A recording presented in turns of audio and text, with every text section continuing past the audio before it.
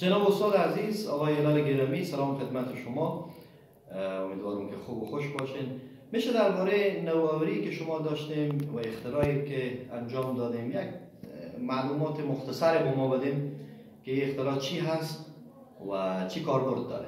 ممنون. تشکر، زنده باشیم. و این یک وسیله آلارمیه که به کولر نصب میشه. زمانی که آب کولر تمام بشه این هشدار میده و اعضای خانواده حتی اگر در خواب هم باشه متوجه تمام شدن آب کولر میشه و یعنی باعث از سوختن پمپ کولر و دیگر قطعات جلوگیری میشه. این مثلا این ساخته شده که این به کولر بیرون به اصطلاح نصب میشه، کولرهای آبی، و این وسیله که هست این به داخل کولر نصب میشه و این کف از مغناطیس آن روایه. زمانی که این آب باشه این شناوره، این به روی آب میسته، داخل از این جعبه کسی به روی آب میسته، این که آب باشه، آب که تمام بشه این تنشین میشه و کف از و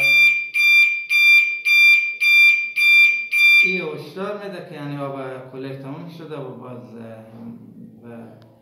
احتیاج رو اقدام کنه.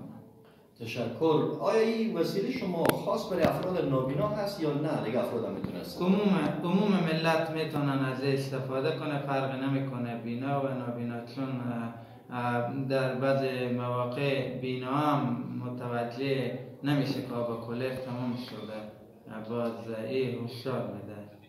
تشکر، لطف داریم. بخیر باشید.